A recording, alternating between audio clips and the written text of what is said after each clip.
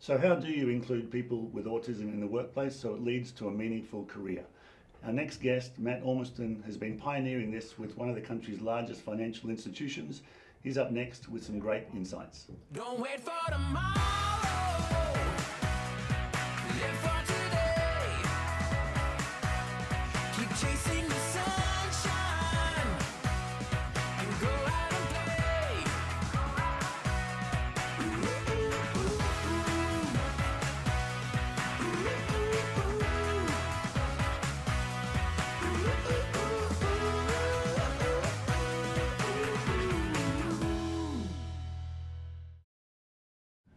Hi everybody, and welcome to Exploring Inclusion, where we talk to community and business leaders about what inclusion is. Today we have Matt Ormiston from the ANZ Bank. Matt, welcome. Thanks, Phil. It's nice to be here. Great to have you here in the studio. What do you think of the studio? Yeah, it's fantastic, isn't it? What a wonderful thing you're doing Pretty here, cool. and putting these broadcasts out live. It's pretty Well cool. done. So a reminder to send us in your questions, tell us where you're watching from. We'll be stopping through the broadcast to read those out, and press like and do all those social media things. We have Bella working on all the switches and Jay's on the cameras, so we've got a huge team in here, and live audience one day, Matt. Indeed. Maybe we'll have a There you live go. audience one day. There you go. So Matt, tell us about your role and with the ANZ Bank, and tell us how did it all start? Yeah, so Phil, I'm head of technology at the ANZ Bank. I look after people and culture, and one of the areas of that has been autism. But before I get into that, I'll just give you a little bit of my story. I have an autistic son, Joshua. Joshua is now 13. He was diagnosed when he was 6. And following that diagnosis, I had a period where I was pretty much in denial. He was diagnosed with being low symptomatic, and so I just really thought he was more quirky than anything and he would grow out of it. And at that point, I really didn't even know what autism was. And so I went on a bit of a journey myself around that, recognising that autism is something that Josh isn't going to grow out of, and that actually it's a way that he thinks differently. And in that different thinking, he has all sorts of amazing gifts and talents. And as is the case with most autistic people, you can map almost their life through their interests or obsessions. And so we've gone through Toy Story and cars and Star Wars and so forth, and we're at Minecraft at the moment. And the interesting thing about Minecraft is he likes the creator version of that, the one where he can go and build whatever he sees. And so we've noticed with him that when we go out, or even our house, he will come home and he'll build these things. He'll build what he sees. He'll scale it, but he'll also get into the detail of the light switch and where the door is and whether it opens in or out, and how the beds are aligned and made. And so it made me realise that actually Josh had some really quite amazing gifts and talents in his ability to see the detail and to replicate that into other places. And so as I've thought about this, I've really come up and been quite concerned with this question of how will Josh articulate his gifts and talents to a future employer when he's ready for that time. And so that's really, I guess, the context of what's kicked off what we've called the Spectrum program in that way. We're going to get into Spectrum in a second, but I'm going to come back to Minecraft because it's such a cool game. My son was into that for a while as well, and he suddenly developed this interest in design, as you say, and maybe I'll be an architect one day.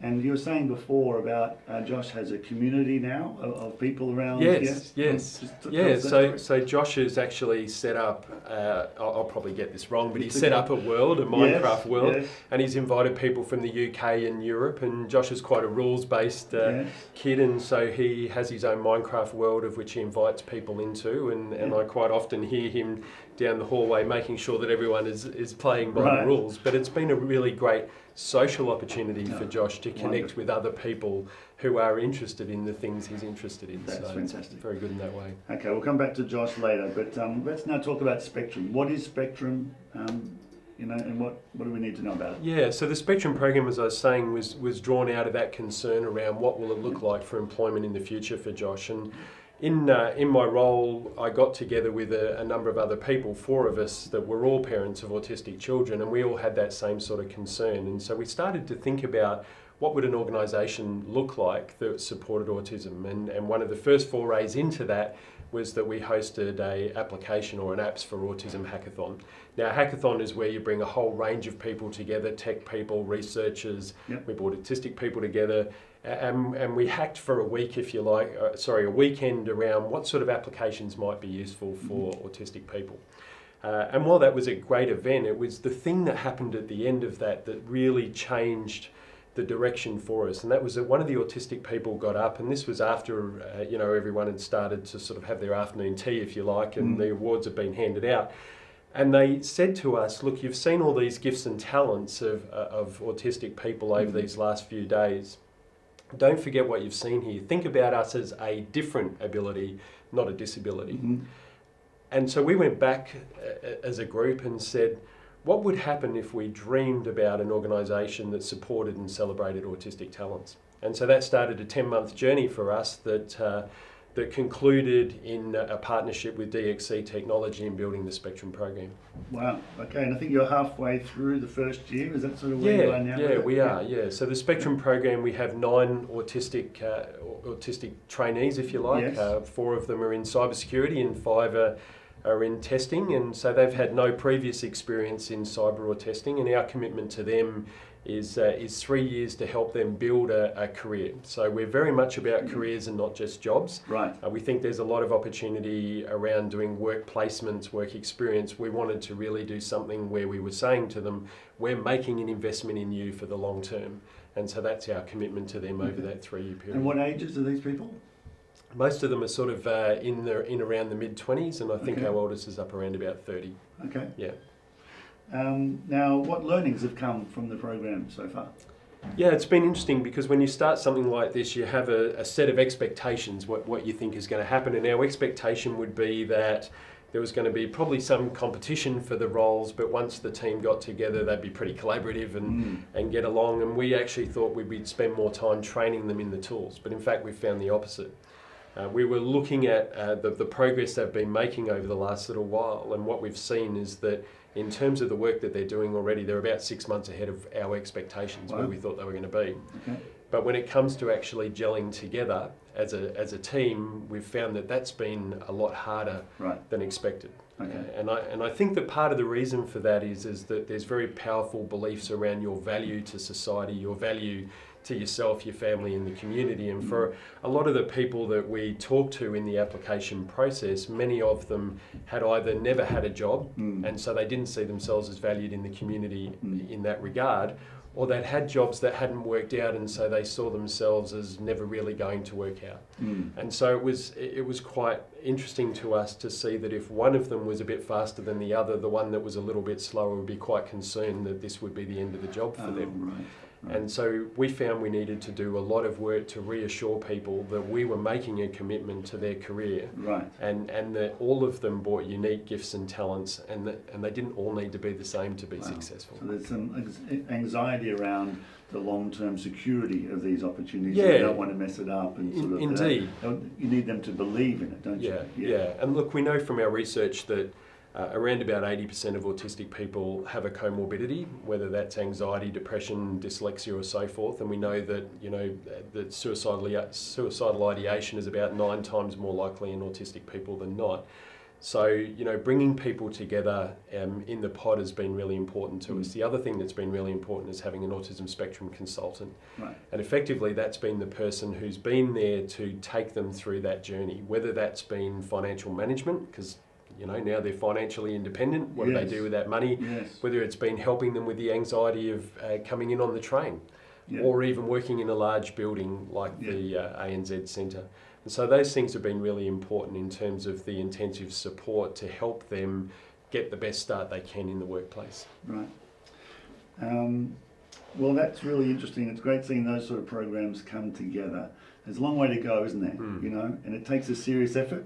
And if you do it casually, it could cause some damage, out there. You have to really do it carefully and thoroughly, and I like the sound of what you're saying. And I think that that's the important part of the commitment, and what's really exciting is that we're seeing other organisations connect into this and starting programs. So we're certainly not the only program running. There's quite a number of well-mature programs around the world, and more starting here in Australia. And so I think the other thing that's coming out of that is we're seeing a great partnership of research organisations, of universities, of educators, if you like, coming together in a non-competitive place and saying actually the vision to change the nation around neurodiversity Yes. is more significant than any competitive edge we might gain as Yes. as an individual organisation. And so there's a number of things happening in that space, which are quite I think exciting. university and education is a really interesting area, so we might sort of move into Yeah, some of that. yeah, certainly. Because if you want to educate people and change the capacity of the future workforce, that's where it needs to start, isn't it? Yeah, You know? absolutely. Schools and universities, and we are active, as I was saying before, with Monash University around the pre-service teachers who haven't had any exposure to people with different abilities before. And for 3 years now, we've been running something called Keep On Learning, and just seeing the impact that has on our families and clients and on these pre-service teachers and the campus experience. You know, we're hoping to take that into more streams.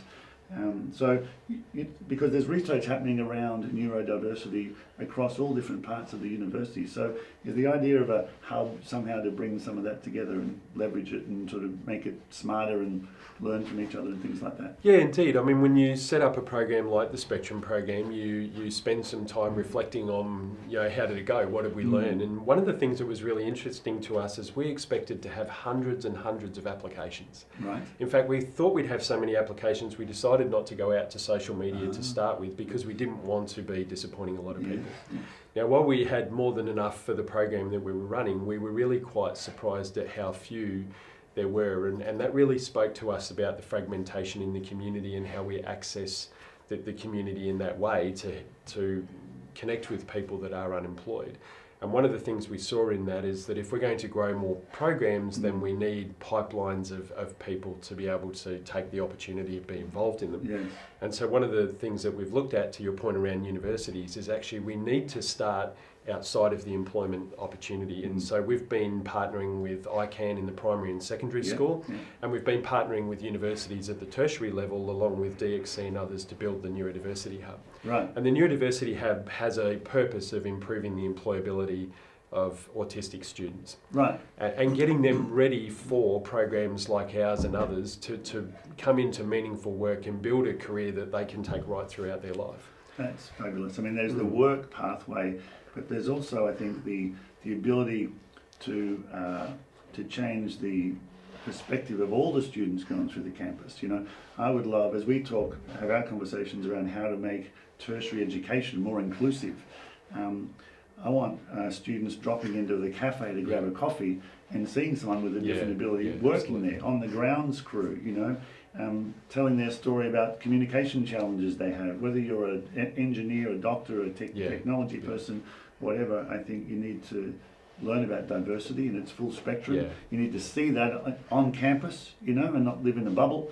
So I think, education is just so important. Yeah, and I think, Phil, it's a great point you make because it's really actually giving permission for people to talk openly about neurodiversity in that sense. And that's one of the things that we're encouraging is people to actually own their different thinking styles, their different skills, and look for places where that can be celebrated. And so the Neurodiversity Hub builds into the existing accessibility groups in the universities to really help people start to shine in those areas and to move the language from a deficit sort of language to actually a benefit language in that sense. And that deficit benefit thing, that's like that, you know, the word disability or disabled, you know, versus someone with different abilities. You know, that's what that's what people have. We've all got abilities of some sort. Some days mine are very limited, you know, we all go up and down.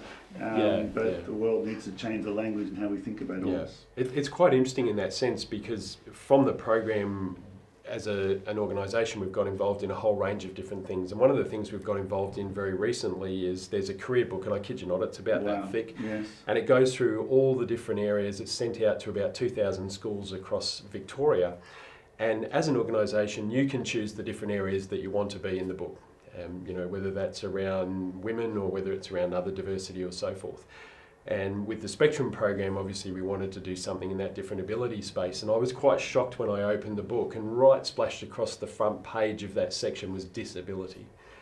And so I've been speaking to our people and to the organisation that put this together to say, can we remove this and put diff ability or different ability in here and recognise that, you know, this is not a deficit, this is a different way of thinking. Many organisations are saying that, you know, we can't solve today's problems tomorrow's problems with today's thinking. And so we need that diversity of thought. That's been a key thing for us in terms of setting up the Spectrum program. So And it's a small thing, but here at Wallara, we had disability support worker, was the institutional title, if you like, for those amazing frontline staff who do work on strategies to help people be the best they can be.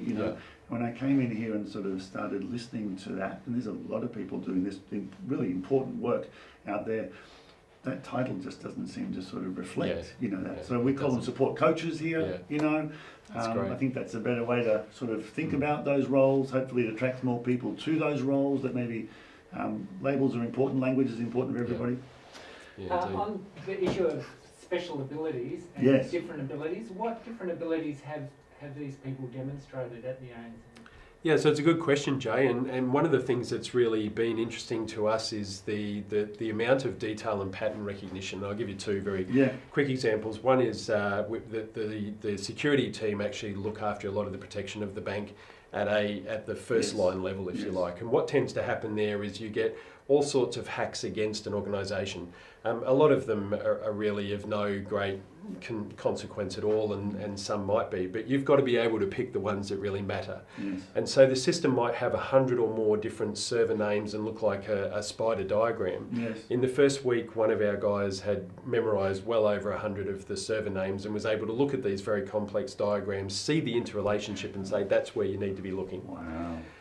In another case, we were putting together a new application for our customers to be able to make payments and so forth, and our testing team had been testing that. And a couple of the guys got together and they looked at over 1,000 fields in the tables, and they saw through the pattern the interrelationship of the tables. They went home, came back and said, actually, if we change the way we do some of these things, we can make that application faster. Wow. And so those ideas have been given back to the development team, and the development team have taken those sort of things on board. And so that's the sort of different thinking ability that's bringing new ideas and greater service to customers as a result. That's really cool.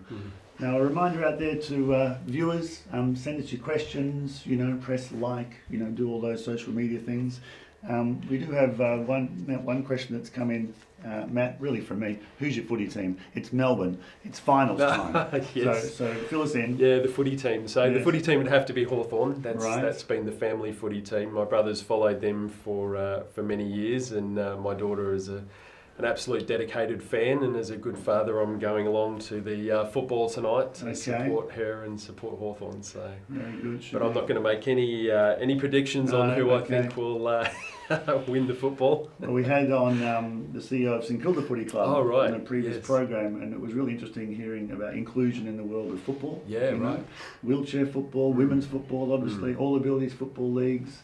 And we're doing some fun things with St Kilda as well. Yeah, I think on that point of inclusion, technology can play quite an amazing role in that. And we've been working with a number of organisations, some large Australian software companies as well, around how we use software to help people that think differently or have different abilities to us to be able to work together as a team. And one of the things with moving to an agile way of working, which is really a software methodology of being able to do things a lot quicker but connected much more to the customer in terms of the outcomes, is to sort of build these walls where you look after, what are we doing today, what do we need to do tomorrow, what have we finished? Yes. And while they're a great idea, they've raised a lot of really interesting challenges for us around inclusion, particularly for people of short stature or vision impairment, or even people that may find being in a stand-up and needing to talk on the spot a quite anxious sort of moment. Yes. And so there's some really sort of interesting stuff happening with companies like Atlassian and others that are starting to build what used to be physically what we would do actually into a software package that you can use not just in your single building but across the world. So, technology is so exciting and can be so enabling and a tool for inclusion. Yeah, very much. We were talking about Minecraft before. Yeah. One day Josh might get into Fortnite, which is the big game that everyone's playing. I hope that's a long time away because Minecraft's a great game. But Fortnite, just as a window into the size of esports, they had $100 million in prize money this summer in America. And my son keeps telling me about these kids who are signed up to be pros now and join a team and being paid hundreds of thousands of dollars. So there's some new jobs being created Yeah, amongst indeed. all that, isn't there? Yeah. And I believe there's even football teams here in Australia that have esports teams attached, Yes, and some of the yes. work that we've been doing in neuroscience around brain energy replenishment and so forth, connected into what we're doing in the Spectrum program, is being used in some of these football teams, and I'm hearing that the e-gaming teams are Yes. actually going through the same peak mind performance, if you like, or that mental aptitude training Yes. as the top end players that are playing on the grounds like the MCG. So wow. yeah, Decision making, speed, etc. How you handle stress, really and all the quite rest incredible. of it. Yeah. All right. Well, Matt, it's been great chatting to you today.